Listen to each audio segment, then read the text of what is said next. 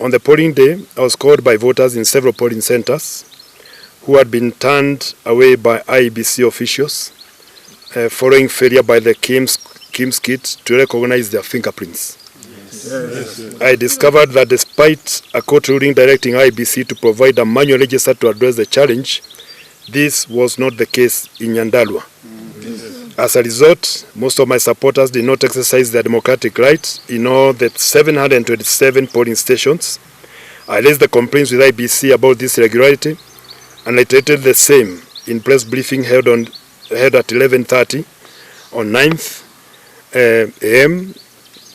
on 9th August on the elections day, and no action was taken by the IEBC. As a result, all those whose fingerprints were not recognized in the KIMS kit were not allowed to vote. And number two, our agents were denied entry in most of the polling stations on claims that they lacked the requisite authorization letters from the party, yet these were candidate agents and not party agents.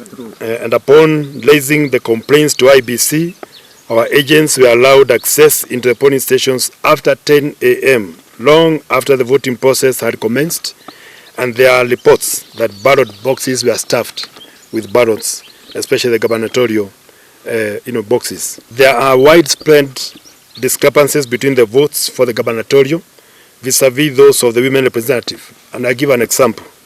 The governor got 239,464.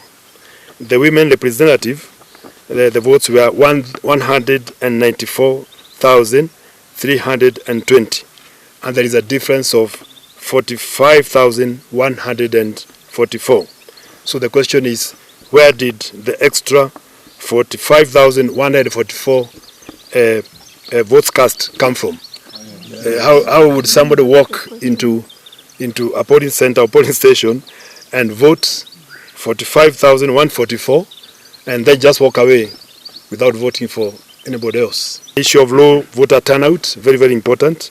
At the end of the voting day, the voter turnout was announced as 54% by IEBC and also corroborated by the KIMS kit. But upon counting of votes, 66% was registered as a voter turnout. So this discrepancy raises questions on the authenticity of the results, and hence the question, where did the 45,144 come from, who only voted for one seen on one side and not on the other side. And once we analyze the entirety of the votes across the various cadres or the various positions, up from the MCA to the president, I'm sure these numbers will be increasing.